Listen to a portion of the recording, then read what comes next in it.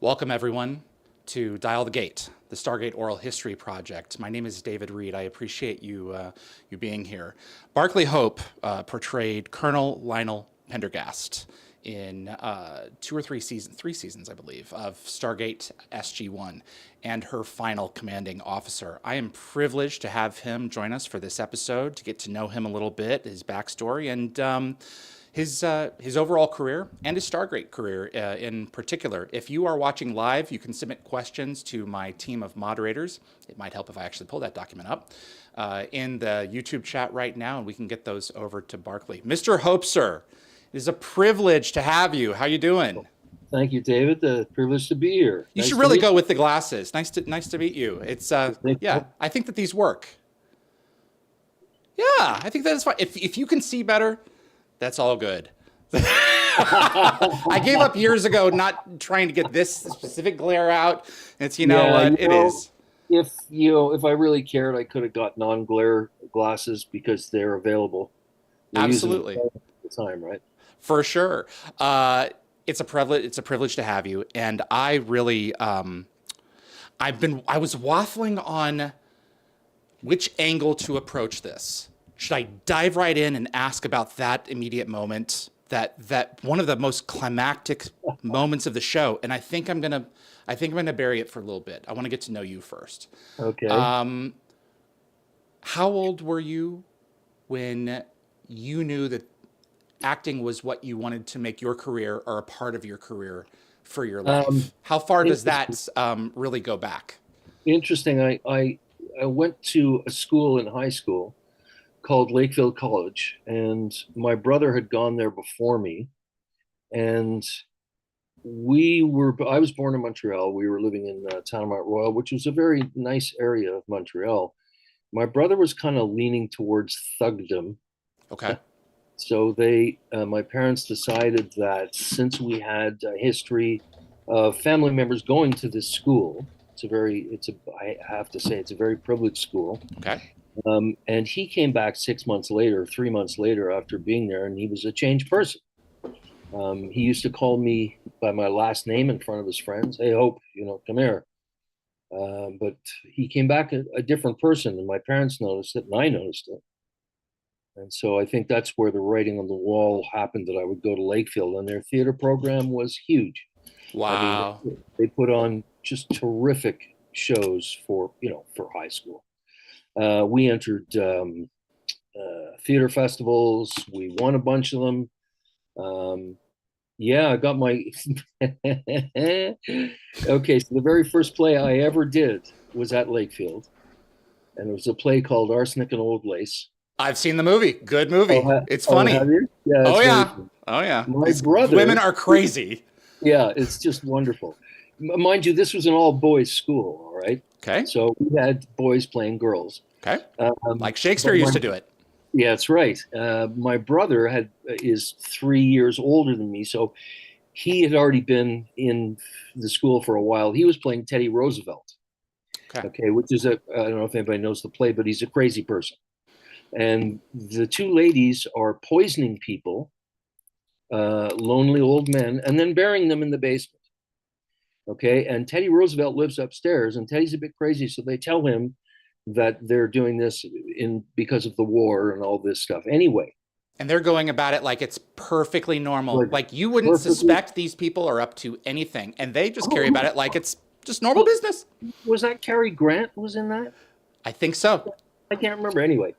Anyway, so at the end of the first act, the set goes dark with like, oh, what's happened? And the lights go off, and Teddy comes roaring down the stairs, reaches in the window seat, and takes a body out of the window seat and carries it off stage. So you can barely see it, but you see he does take the body out of the window seat. I was the body in the window seat. So when I first got there, I was like 14 years old.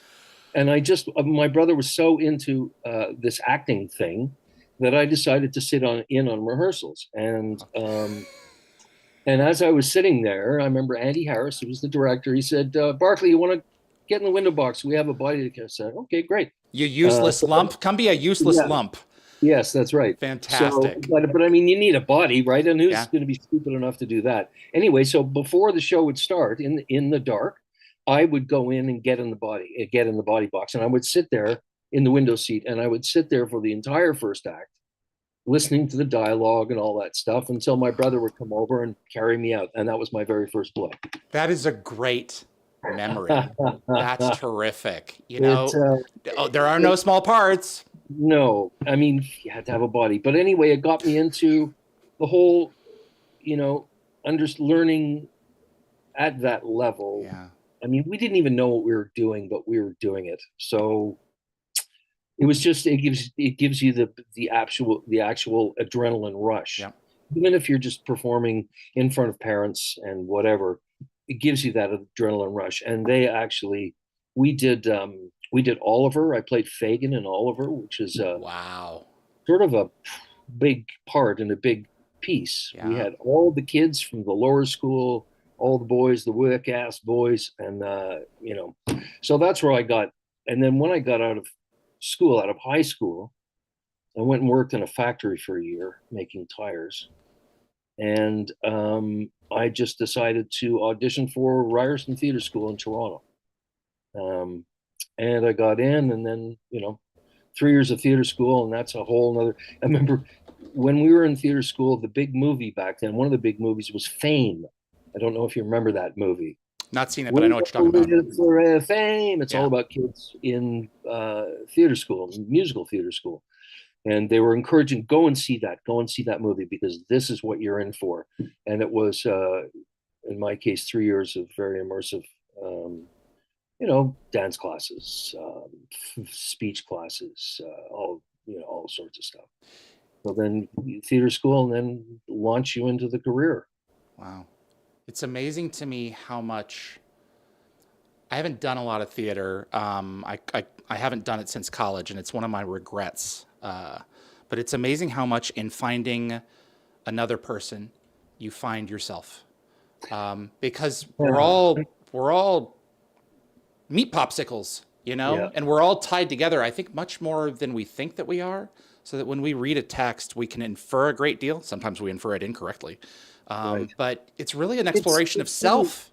Right. It's a lot like a lot of other things. If you are playing at a high level on a sports team, it's about the community of the people you're Yeah. playing with. It's about the community of the people putting on this play or this film or this, and it can be dysfunctional or it can be functional, but you're going to learn something no matter what. Hmm. I mean, I can tell you by having done a lot of set work, I can tell you that I can step on a set and I can tell you almost instantly whether it's a functional set or a dysfunctional Yeah, set. you get a vibe. Yep. Yeah, absolutely. And I think that's probably the biggest draw to anyone who goes into the theater of any sort is that rush of feeding off each other and making something, taking various pieces and making a whole out of it. Hmm.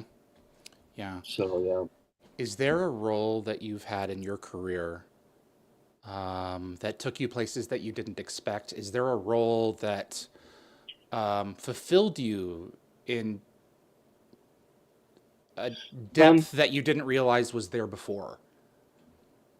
That's a tough one. I would have to say I did a show called Unreal, Okay. and I played Sherry Appleby's father. Now, Sherry Appleby's father is bipolar, and in I think a couple of episodes towards the end of their last season, my daughter took me off my meds because she figured it would be better for me, and there was just the entire show was up, up, up, up, up, down, down, down, down, down, down, up, up, up, up, up, down, down, down, down. And I think that was one where I had to go places where it's tough, man. I've been in the business 40 years. I can't even remember half of the things that I've done. Sure. I can remember standing on the set of a show called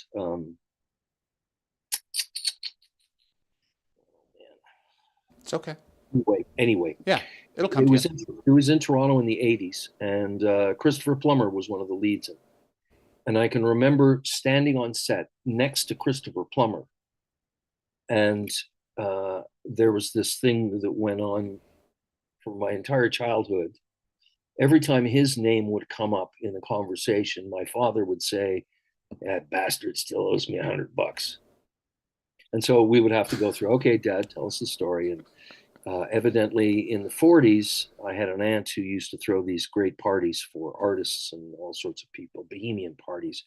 And Christopher Plummer showed up at one of these parties that my father was at shortly after he had been released from the army. And he was a poor actor, and supposedly he sat down at the piano, he sang and entertained them. Yeah. And my dad says I gave him $100 to get a taxi home and live for a week or whatever. Right. So anyway, I'm standing beside Christopher Plummer. Oh boy. What, like, I don't know, man, 35 years later. Yep. And I tell him this story, and he's what a guy. He looks at me and he goes, "Hope, huh? Follow me." We were shooting in this the old Nut House in Toronto. It's a huge, dilapidated series of buildings that they can use as production houses and also location shoots and so on. We were in this building, and he said, "Follow me," and we go outside. We walk all the way outside, down the stairs, in the snow, and he takes me to his trailer. And we go in his trailer, and he takes out a pen and a piece of paper, and he writes down this note, pulls two $50 bills out of his pocket, and hands it to me. And the note said, "Dear Frank, so sorry that I haven't," he didn't have any recollection of this whole thing. Well, he made my dad's life. When I gave that to my dad, he was over the moon. And I have to say, Christopher Plummer, come on. It's little gestures, Oh, especially when you have the means. I mean, After having not had the means yes, so long, because he could have taken that anyway. He could have could have believed said, you "I and just don't." been like, "Yep, that sounded like Yeah. me." Yes, absolutely right. And I think the fact that I was playing his nerdy nephew in the show, Ah, he was chuckling at me the whole time we were having the scene, right? So it was he obviously he took a shine to me in some way. But I also you work with some, you work with others. I also did a film with Jim Garner, and we spent about 6 weeks outside sitting in this field out in Toronto. And there was a whole bunch of us, and we'd just go, "So, Jim, tell us about Sophia." Right. Let me tell you about Sophia Loren, and yep. just life experiences. You just, I mean, the whole thing about doing stuff that you would never do in your life. I did a series called PSI Factor for 4 years. Mm-hmm. I got to do so much stupid stuff in that show, snorkeling, scuba diving, and rappelling down air shafts on, these skyscrapers, and just weird stuff that you'd never. I mean, how can you beat that? We are so often afforded opportunities that don't seem like opportunities at the time because we've got such a plan for our lives so frequently. It's like, I'm going to do this, I'm going to do this, I'm going to do this, and then I'll be happy. Yeah. It's a continuum, Do you want to do this? It's like, some of us may be like, I need the money, so I'll do it. Others may be like, for instance, for me particularly, very much in my life, it's like, I didn't see this one coming, and I'm going to be uncomfortable, but there may lead to a story after it. And I may have a better time than I expected. And it's a philosophy that I've always carried for, well, not all, but for the huge part of my life. And you come up with stories later that you can share and not only that, but life experience. Like, you've allowed life to take you certain places that you didn't necessarily anticipate before. Right. Like PSI Factor would be an excellent example. So I'm curious with Christopher Plummer, how much time had you spent with him before you broke that story to him? I'm guessing it wasn't day one. I just remember, no, it was the only day, but I only had one scene with him. So okay. we had done a take. I see. We were standing around waiting for another setup. Okay, so this wasn't stage. Okay. No. This was a show called Counterstrike. Okay. That's what it's called, Counterstrike. That was back in the 80s when Toronto was absolutely booming with television and movies. And I mean, it was insane. The money was flying around. Yeah, Um, sure. yeah, yeah, Though else, still, these little moments with people who have inspired us. That's pretty yeah. extraordinary. You know what's really funny is that Amanda Tapping and I were with the same agency in Toronto. Okay. We were friends. We played on his baseball team together. And she got news of her getting Stargate. If not the same week, it might have even been the same day that I got news of doing Sci-Fi. Isn't that weird? Wow. Yeah, with the same agent. She said, "Oh, I got this job. I'm moving to Vancouver." I'm like, "Oh, wow, I got a job too." Mind you, I Wow. think the job was probably a little more successful than my job. Yeah, but you don't know. You've always got to try. Well, yeah, no, you don't know. But I mean, the budget was bigger and the expectations were bigger. It was following a hit movie. Sci Factor was, anyway. Um, yeah, Amanda is one of those rare ones who that I've found, having the privilege of meeting so many of you, both in front of and behind the camera, who is yeah, so completely genuine and yeah. She's authentic lovely. and the real deal. And I think it's the primary addition to, in addition to her talent and her hard work ethic. I think it's the primary contributor to her success. Yep, So yep. And you know what? I think it's funny having. I've worked for many years. I've been in this more than 40 years. I've worked with the likes of Harvey Keitel and Al Pacino and Jim Garner and Plummer and all those guys. mm, I've worked with some really bad ones too, hmm ones that you just and it's really interesting because it taints all the work you see of them after. never meet your heroes. How are you successful? Yeah, I How? know, right? I know. Yeah, And gee whiz, man, you got some of that and then you just abused it and it's yeah, terrible. It's terrible. yeah. I think the most important thing from an actor's standpoint of view, no matter where you are, is respect for everyone around you. hmm I, the thing I'm worst at is remembering names. Yeah. And that is something I've really worked on over the years. Yep. Is when you say hi to the third AD for the first time, you remember their goddamn name. It's so, it's not difficult. Like even if you have to go in your trailer and write it down, it's not difficult, Yep. but it takes effort and it's worth every second. Yep. It's You so know? important, especially the below the line people, Yep. to Yep. remind yourself that Yep. what I'm trying to do is not possible without an enormous team behind me, Yeah. all working in unison to pull off a Yes. product. Is it about me? No, it's not. It's But definitely do not. I have to remember them? It's It's it definitely sure not about doesn't. me. It's sure Yep. a human to human connection Yep. because Yep. you're going to be spending a long time together in many cases, And and maybe even if you're not, still. and that goes for on stage or in front of a camera for Yeah. sure. Um, I mean, I was at Stratford for a year, and we were doing Death of a Salesman, hmm and the guy who was playing Bernard is a guy named Stephen Ouimet, who is truly one of Canada's treasures, stage actors, and such a nice man. I got a phone call. We had a matinee on a Wednesday or a Saturday or whatever, and I got a phone call an hour before the show saying, "You're going on for Stephen. He's twisted his ankle." Well, I was partying with Stephen the night before, and he didn't fucking, excuse me, he You're fine. didn't twist his ankle. Okay, No, he just said, no, Barclay's going on today because I was his understudy. I was about to say, had you understudied? Okay, so you And were ready to I do was it. his understudy, Yeah. and very, very interesting experience because I remember virtually nothing of it. I Yeah. spit out my lines, but when I walked off stage, hands, pulling shirts off, and I'm just, and they're just going, just stand there. Where would you be without that? Yeah. You know? So Wow. anyway, Was Colonel Pendergast the first Stargate role you had auditioned for? Do you recall any prior to that? It's okay I, after 30 years if you I, don't- haven't, but I I always don't, want to ask in case something sticks out. what year was the last episode? The Ethon? Ethon was season 9, season 5 was shot in 2001, so 6, 7, 8, 9. So that was 2005. 5. Okay. Everything kind of centers on me around September 11th for whatever reason. That was the end of season 5. So season 9 would have been the second half of 2005. Yeah, that makes sense. Yeah. I don't even know. I bet you I did. Okay. I'll bet you I did. I bet you I did like 2 or 3 times. I don't even know. Okay. But I'll tell you that Rob Cooper and Damien Kindler Yep. were both writers on Sci Factor. Yep. So I knew them from Toronto in the early 90s. So I don't even know, but maybe. Okay. Who was this guy to you?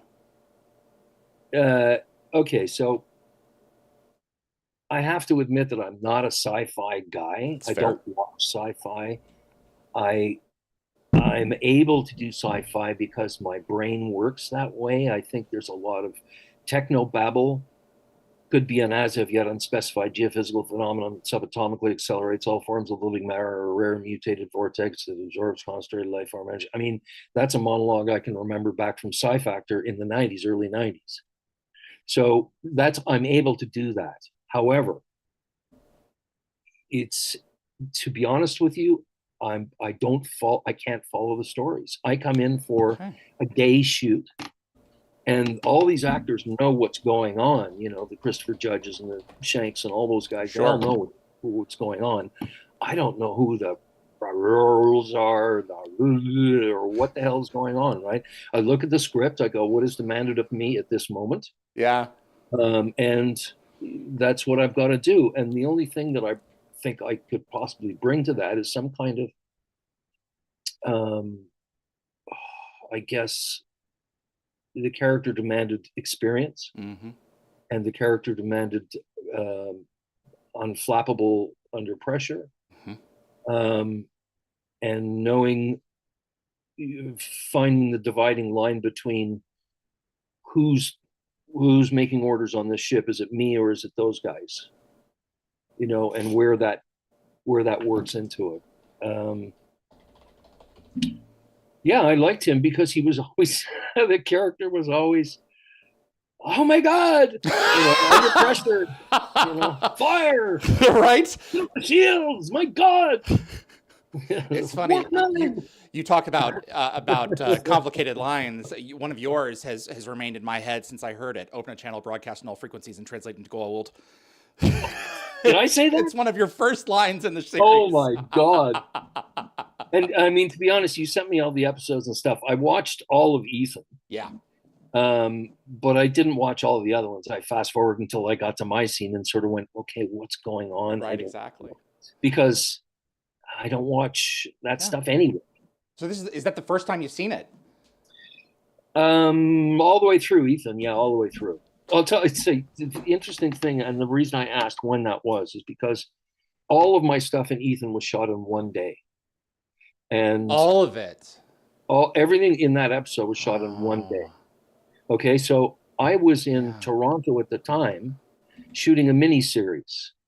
It was about 9/11, and it was a monster budget, one of the most fascinating jobs I've ever done. And I got the call to do this job, and I was shooting on, let's just say I was shooting Wednesday in Toronto. I had to jump on the red eye and started shooting, 8:00 on Thursday here in Vancouver. Right. So, and then it was an all day thing.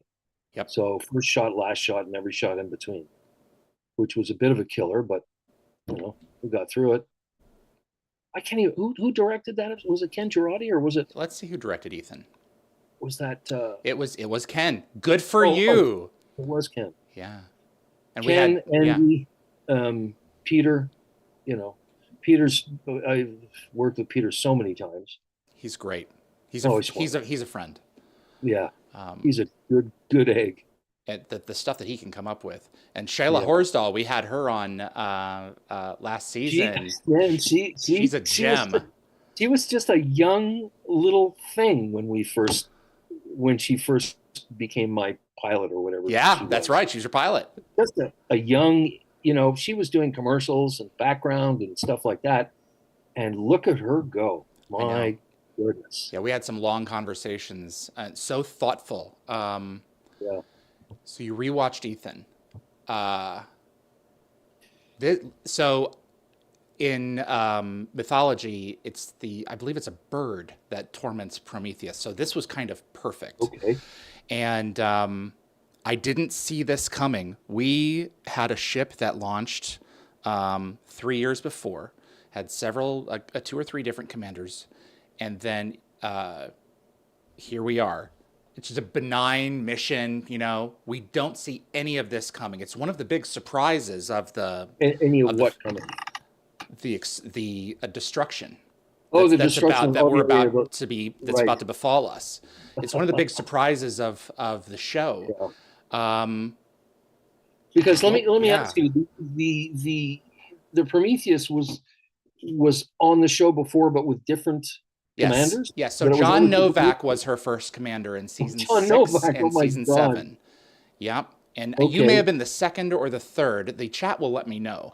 But we had but it it's was our always the Prometheus. always she was our first space battle cruiser that could deploy fighters, and we had never had a ship like that before. We were building toward trying to get that kind of technology throughout the first half of the show. She Wow. launches in season 6. It breaks up kind of the daily or weekly off-world episodes by adding some space elements to it, and we were What no was longer isolated in the galaxy anymore because she could come and get us. what was the new technology that the Prometheus had?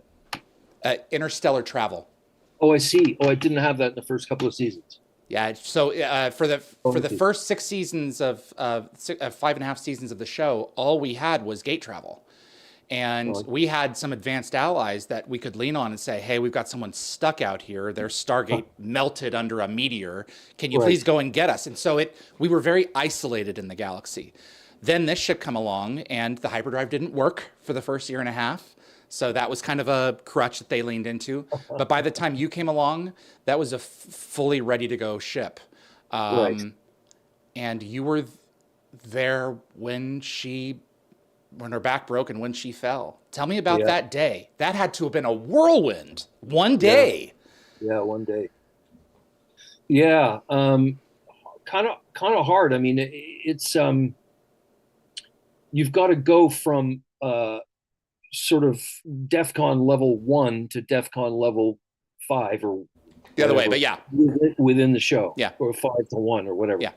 within the show. So that's hard for me because I'm not the one who's directing. I don't know what the other stuff is happening off camera Right. between the scenes between. So a lot of that has to do with the director. And I think maybe that was another episode, but just a scene that demanded more. Like Peter just said, "Okay, you're in a foxhole in Vietnam, man, and the bombs are falling. Just Yeah. let it all hang out." And yeah, that was more of a daunting day because I knew it was going to be a lot of work in one day, and my head was yeah. This other miniseries that I was doing, we shot it all over the world, and Hmm. this I don't know. Stargate just seemed like oh oh God, it was a bit of a surprise because my head was in 9/11 and terrorists and Right. all that stuff, right? So when Stargate would pop up, it would pop up for you. Well, that just the final episode. Oh, Oh yeah, Ethan oh yeah. specifically. Any of the episodes. I mean, I don't get the other scripts. I don't know, and I'm not watching, Yeah. so I don't. I get a script from my, I get a word from my agent that they're asking you be in this next episode. Great, send me the script. Let me see what's in. Normally, it's like maybe a day, Yeah. you know, day or two, maybe if there's a little bit more stuff. This one, I remember. I remember reading the script or going through the script and going, oh, oh, it's gone. Like It's gone. it's just gone. My character's gone, my ship is gone, everything's gone. It was a bit of a shock, I gotta say. Um, yeah, that was a long day. I worked hard that day, as I remember. Is Yeah. it a choice of yours, or was it a note from Ken when you see that final blast coming, you close your eyes. No, that was totally my choice. I looked at that and I went, I think I could have showed a little more strength back then, a little more. Yep, this is what I signed up for, and here it comes. But you know, that's okay. I liked the choice. Did you? I thought I thought he was saying goodbye to someone, Well, or just giving in to his fate. This right. is it. The crew's okay. The crew's okay, and that's the important thing, because you can see that register with him the entire time. We got them out. You know, it's just goes the down with the old goes down with the ship. Exactly. That's the old adage, and I don't even, to be honest, I don't even know if I made a choice at that point or just put myself in the spot of, this is the end of everything, you know. This is the end of your life. This is the end of, and you had to know this was coming. Yes. And I've done my job. You know, Yeah. I've done my job anyway. Yeah, you do at a certain point, and I don't know if you've had that opportunity with a character before, to have a few moments of, here it comes. You have a chance to assess certain things and like, okay, this character is in a situation where he has a beat to prepare himself or assess his circumstances. Some people have no time at all. Some people have a minute. Some people have years. That's interesting. That's interesting. So I've died a bunch on camera, but I'm trying to remember if there was a moment where I saw it coming and I went, oh, okay, this is it. And I can't really come up with one, but because I've been shot a bunch of times. Sure. Yeah, and that's interesting that you bring that up, though. There are only so many moments like this in the franchise, I can tell you, where this type of thing has happened. They wanted to make it impactful. Little backstory for you.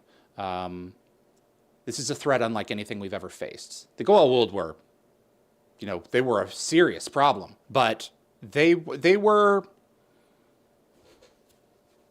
a little mustache twirly. And these guys meant business. They had been dealt with in a couple of episodes. Correct. Right? That was resolved.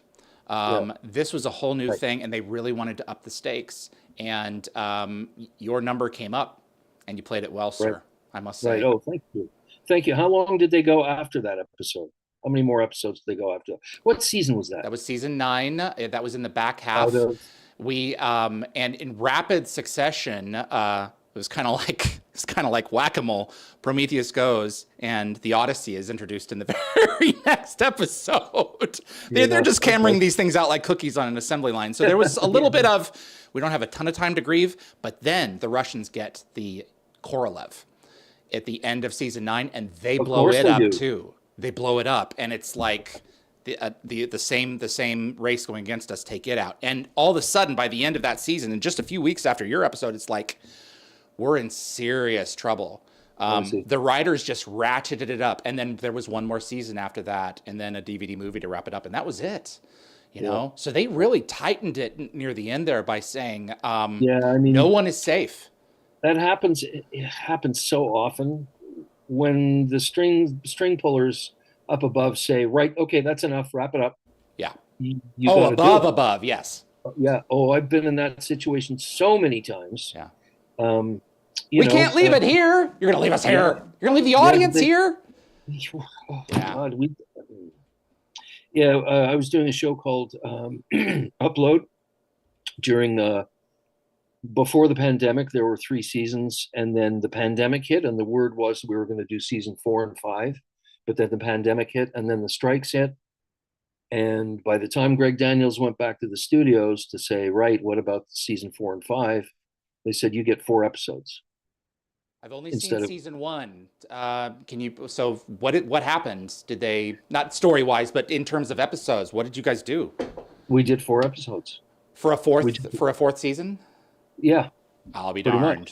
So he got a chance to wrap up a couple of things. Well, I mean, he did the best he could. I think corners went, instead of going this way, he'd be going, oh, we're going to go this way, or we're going to go that way.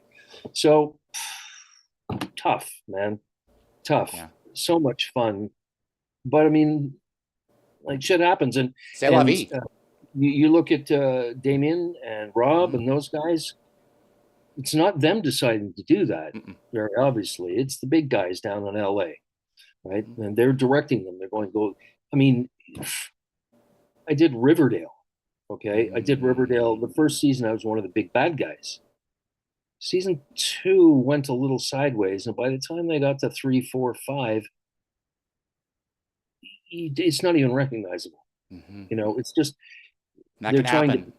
they're trying to patch things up before. It's like it's unfortunate, but it is what it is. Stargate had a good run, Yeah. and then Atlantis came after that, right? That's it. That's Yeah. correct. And then Universe. They had 5 seasons almost immediately out of the gate, pardon the pun. And then every Atlantis. season after that, SG-1, Okay. and then every season after that was a bonus. So they Really? signed the cast signed year contracts until season 10 when they did 2 year contracts, and then of Oh, course is they that only right? did one season. Yeah, yeah. Apple was about to pick up for an 11th final season, Yeah. and Yeah. Sci-Fi Channel exercised a clause in their contract preventing Apple from taking it. So, Oh my. so we got Arc of Truth, and we definitely got all the resolution in the world. But it's got to be satisfying as a performer to play a repeat character, even if you're coming in every now and then and helping to functionally move the story along, to have an end, to have a definitive end, and not only Right. have it be an end, but have it be an end of honor. And that's what Right. that was. Yes. I think one of the most difficult things of all as an actor is being a day player on a film set. Yeah. I was doing this show that a woman by the name of Sherry Flett was a huge actress in Stratford, stage actress. And the poor thing, she was in front of a table full of people who all knew each other, knew the crew, knew everybody, and she was all by herself. And she was a stuttering, babbling, and it's like it's so unfortunate. It's so because it's so hard to do your best work. Right. But like you say, if you keep coming back as the same character, you not only get to know your fellow characters, but you get to know the crew a little bit more. You get to, you've met the director before, you're going to see him again. It becomes a little bit easier. You can take maybe a few more chances about who you are on camera. I don't know. The one thing I learned about shooting every day on Sci Factor for 4 years is that I would come home, my wife would say, "So, did you do good work today?" And I'd go, "You know what? I don't have a clue." You blocked it Early, out. early in your career, you come off set and you spend like the next day or two running everything through your mind. I could have done that better. I could have done this. Ooh, why did I do Ah, that? That was a good moment. All this stuff, and if, you just don't have time for that when you're shooting every day. You literally, did you do good work? I don't know. I was present, and that's the most you can ask, that's right. right? And Absolutely. I was there. I wasn't back here watching myself. Yeah. I was right up front, But there's a right? part of you that just kind of takes over, because there's a repetition to it that's like, I did radio for 5 years, Oh, and okay. when I was a teenager, Uh, and I would come home every night, and mom would be like, "What's the weather forecast for tomorrow?" yeah. I don't know. You don't know. You read it all night long. It's like it went in here. I Yeah. did the thing. Yeah. It left. Yeah. You have to find a place in it because is this information relevant to my immediately Yeah. life? Yes. Did I bother to remember it? No. Yeah. So I think that's the Yeah. difference, And it's not really relevant, is it? right? But you have to protect. Right. You have to kind of box yourself into a we're all running scripts every day, in our lives, our routines, and you have to find a place where you're comfortable to be able to continually, in your case, execute a new character, a new persona, every once in a while or every other day. You find a peace with that because you want to be able to You create try something to. new. You try to. Yeah. You try to. I mean, so many times. I had two auditions the other day. One of them was for an old man who was buying a stool, and the other one was for a very high-powered lawyer in the Bankman-Fried case. So, so Wow. They're doing it. Okay. yeah, yeah, they're doing it. Okay. So, I mean, that was. It's not like I was on set but I had to do the audition. Yep. So, you do what you can. You don't have a lot of time. because they give the auditions 2 days before. Yeah. You don't have time to explore who this person is. You're just trying to make sense of the script. You're trying to take these monologues that are gobbledygook in terms of financial gobbledygook instead of sci-fi gobbledygook, and you're trying to make sense of them, and that's the best you can do, really. Because when an actor auditions for a role, at least when I do, I'm looking at the script and I'm seeing what they want to see, right? That's to get the job. That doesn't mean that that's what they're going to get on set. I mean, I'm obviously not going to be, no, I'm not going to be 5'10" on audition and 6'5" on. Well, right. That's not what I'm talking it's about. An example. You're presenting an example. You're giving them the choices they want to see. That's right. Right. When you get on set, then you can start pushing the boundaries. And if the director says, "Oh, well, wait a minute," then you got to go with that. But as far as an audition goes, it's just and they don't do in-room auditions with other actors where you can sit and read with another actor. They just don't do that. They do that in Hollywood, but they don't do it here. That's a shame. They do it for big feature films, but they don't do it for television. They just don't have time. They just take you off a little screen. Yeah. And go, he looks the part, he seems to understand the words. Yeah. Let's pray that they all connect. We can work with them. Yeah. And that's the other thing, is can they work with you? Yeah. So you've got to be flexible in that way. But then again, like auditions and I'm just a terrible auditioner. I'm terrible at auditioning. But when I get on set, I feel like I can just, open it up and let it go. Maybe it's because your sense of place comes into play in terms of the character, because when you're auditioning, you don't have the environment with you or your other players. Yeah. So you're a piece of this person in the audition, and then it fleshes itself out once you get your bearings of space. Right, but I mean, it certainly makes sense that if you're sitting in the chair on the Prometheus, it's going to help with all the gadgets and the people around you, obviously. Yeah. And yes, that's your ship. That is your living room. Yeah, that's right. Yes, of course, that's going to help. But I mean, the whole thing about actually being on set as opposed to auditioning is you can't really take chances in an audition. You know that if you start taking chances in an audition, they're going to go, "Oh, this guy's acting too much," or that's not the character we were envisioning, or whatever. So I really think you've got to take what's on the page and go, this is the starting point. We start with this and then we go from there. Mm-hmm. Right. So is there an advantage to only having it for 2 days, so that you don't get steeped in overthinking something, or it's I don't think so. Okay. I don't think so. Okay. You talk to any known actor who really understands their craft, and I've seen this a million times on Instagram, TikTok, whatever. The way to get into the script is to know it. And the way to know it is by over and over repetition. I was listening to Bill Nye just talking about how he says, I don't step into one rehearsal for a play unless I know all the words for the entire play. Wow. And to do that, you start with the first line and you say that, then you move on to the second line until you can do the whole thing without even thinking about it. And then you release yourself. Mm-hmm. Because it's there, and you don't have to go, what's my next line? When after you've said a line, you don't have to go, what's my next line, right? It's a very freeing thing, and it's called homework. Yeah. Prep. It's called work. Yeah, for sure. Right. Unfortunately, I'm not sure if some of the younger actors who are hitting it big understand that yet. I think of someone like, I don't know, Justin Bieber. Yeah. Who had it all happen so quickly, and now he's going, wow, this is hard work.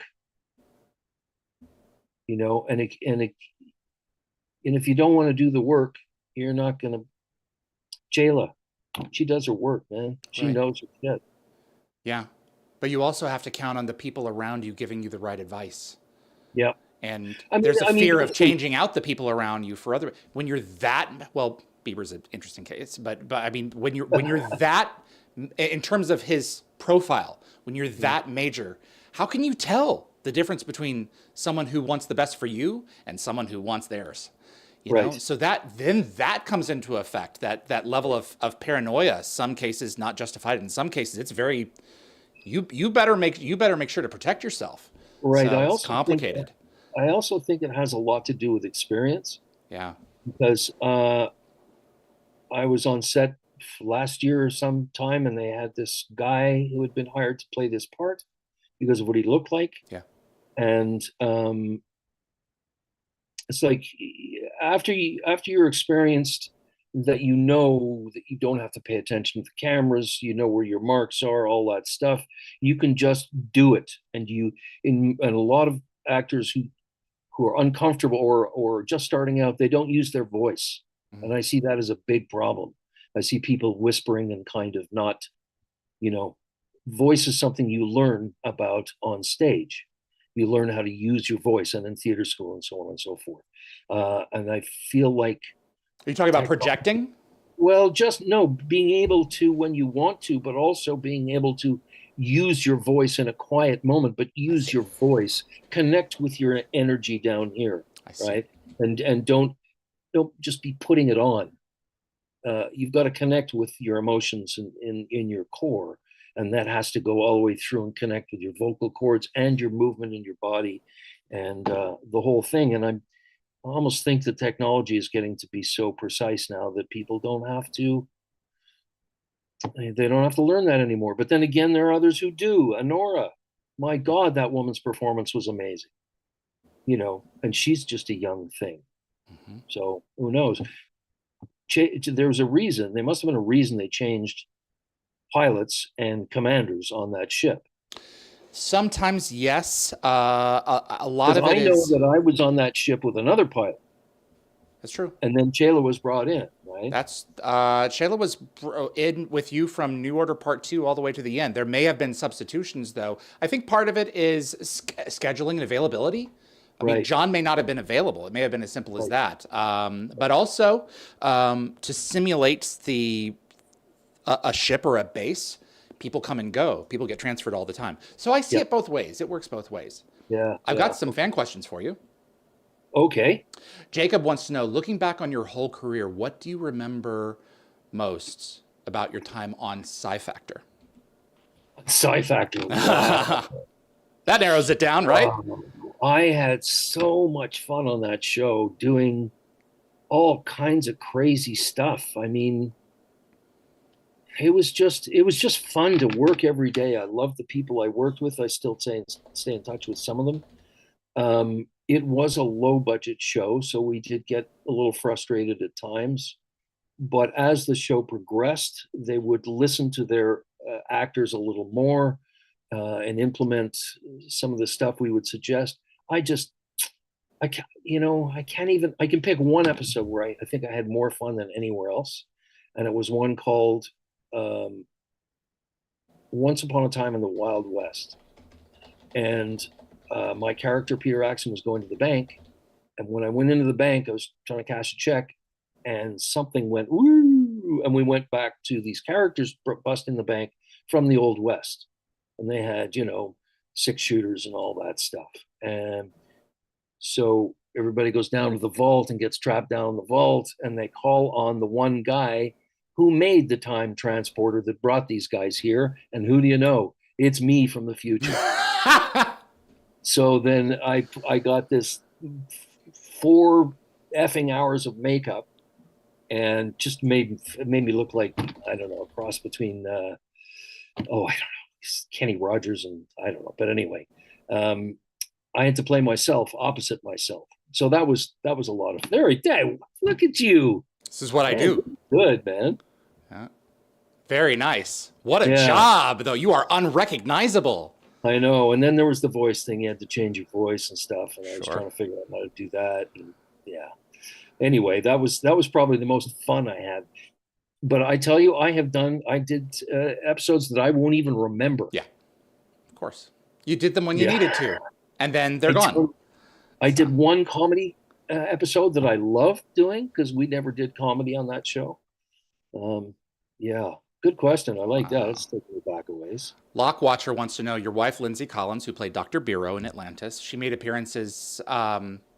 She made appearances in Stargate Atlantis. Yes, I just said that. Yeah. Have you ever had a chance to work together in a production? Yes, on PSI Factor. Maybe that's why it says PSI Factor in parentheses. I forgot. I guess one of the mods added that for me. Okay. We worked together on PSI Factor. Okay. I think it was maybe second year, and she was a scientist of some kind. I don't know. We had fun though. The first day we worked together, they gave us our own trailer for Lindsay and I to be in. There you go. That's very nice Makes of it, them. well, yeah, absolutely, yeah. Sitting in a lima field or something.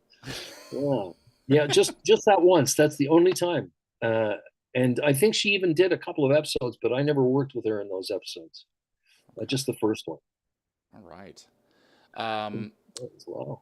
Hunda to him. What do you prefer, stage or movie picture acting? If you had like one last project. I'd have to go with film only because, only because I'm 67 years old and I don't know if I could really do 8 shows a week. Right. I physically, I just don't. I had a couple of very bad accidents last year where I shattered my ankle and I was in a motorcycle accident.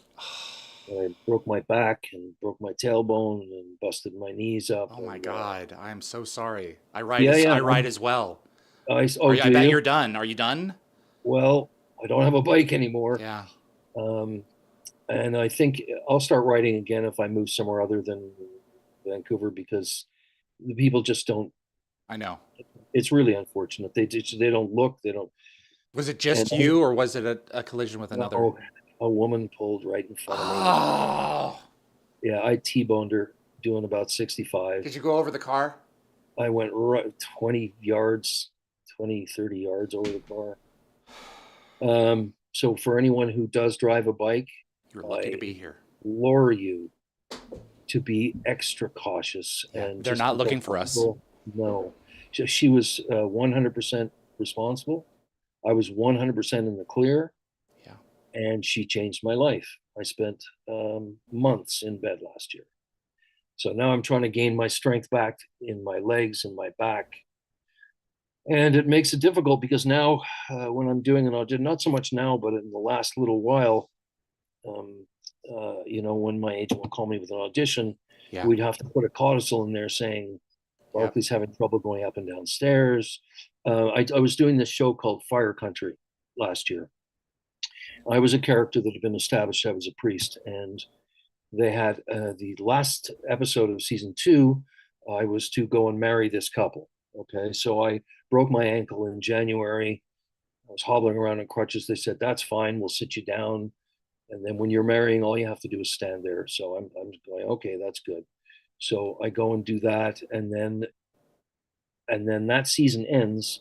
Season 3 starts in 2 months or whatever. In that time, in between the two, I was in the motorcycle accident. Now, the scene never ended in the end of season 2. It was a cliffhanger, and it was supposed to end at the beginning of season 3. So you have to rebuild that moment. Yes. Yeah. And I've already been standing in front of them. Do you take this man and wife? So they can't. Well, at that point, I was about a month after my motorcycle accident, and I had to lie down like every half hour. Yeah. So somehow the show got permission from my union for me to do the show. And we shot it in a church, obviously. Yeah. And I don't know if you can think of anywhere sort of comfortable to lie down in a church, but there's not. Pews, but I mean, that's not comfortable to lie down at all. No, it took me half an hour to get into one and then another half hour to get out of one. But anyway, that was a tough day. So that was one of 5 days that I worked last year. Wow. And on top of that, you have to simulate the happiest day of your life. Yes, of course. Jeez. Yeah. Anyway, so I'm in a bit of a funny place right now because now I'm sort of trying to get back into it. And I want to be able to get on set without my agent having to say, oh, by the way, I've been practicing getting in and out of cars, for instance, because I don't want to look like a cripple getting in and out of cars. You have to relearn everything. Yes, and especially all when my you're going to be on camera. yes. If you are riding, please. Every person on a motorcycle I get to talk to now, I tell them, please, please. And it was a bike that I had wanted for so long, and then Ah, what was it? it was a Honda Magna 750 V4, What year? 1997, and it was one of the quickest bikes on the road. I mean, this is a V4 engine, like Ducatis have V4 Yeah, engines. yeah, it's a nice This bike. went like piss, and this kid had it on Bowen Island, and he must have been 18, and I bought it off him, and it's like he had kept it in a plastic bag the whole time he'd had it. It Wow. was just mint. Yeah. Anyway, that's totally off topic, but there you go. No, I wanted to know. Mine's a Well, that's where 2014 my life has Yamaha. been for the last Yeah, year. yeah. What do you ride? 2014 Yamaha Super Tenere. So Super Tenere? What haven't is been that? out. It's an upright. Oh, is it? Yeah, it's a cruiser. Yeah. Because I'm 6'2", so it's just Right. comfortable. So Yeah. but yeah, no, your life passes before your eyes in that moment, and they're not looking for you, and like they're all saying in the chat, wear helmets. Yes, Yeah. absolutely. Wear helmets. Jesus. Yeah, I had full leathers on, man. yeah, My foot nearly got cut off my leg. I mean, there's yeah, no, you know, exactly. and I swear to God that I looked up and she was right in front of me, Yep. and all I could do was fuck. Yeah. And that's all that went through my head. Yep. When I woke up, there was paramedics over me and people standing all around, and I could have sworn that I had just landed. So I had blacked out for however long that was. And I looked at him, I said, "How did you get here so fast?" He said, "We're only 5 minutes down the road." But I could have sworn that I just went Yeah. and looked Yeah. up. You were out. I was out. And Wow. very luckily, if she had gone 2 feet further, I would have hit the window frame right here. Yeah. Right? And I So you went over the probably hood. yes, I Okay. probably would have been dead or, paraplegic or something. So I feel very fortunate at the same time. ICBC, no fault. Yeah. You keep that in mind Wow. because they have given me nothing. We are Physiotherapy. never promised tomorrow. You know, every day is a gift. Yep. It's more of a gift now than it was last May 22nd. I bet it was. Yeah. Just so happy to be alive. Urias Tosh wants to know, would you be willing to come back to Stargate? Not necessarily as the evil How does I clone recognize of that name? Urias Tosh. Well, He's when one I of come our back to regular I'm viewers. dead. Yeah, but you can come back as someone else, and it's sci-fi, so it's never. Sure, bring it on. Bring it on. You got an idea, Urias? Bring it on. There we go. I don't think that anybody, I mean, who would you contact about Stargate other than you? So Nobody else is working Stargate these days. Well, I mean, it's all in Amazon and MGM's hands. So Yeah. we'll see what they're going to do. So just pray to the Church of Bezos. You mean it's out there and people want it to come back? People want it to come back, but it's just a matter of time before Amazon turns their eye at the top of the tower toward that IP, because it is one of the bigger ones on the list. You might have to consider the fact that the people who worked on Stargate don't want to work on it anymore. A lot of them don't, for sure.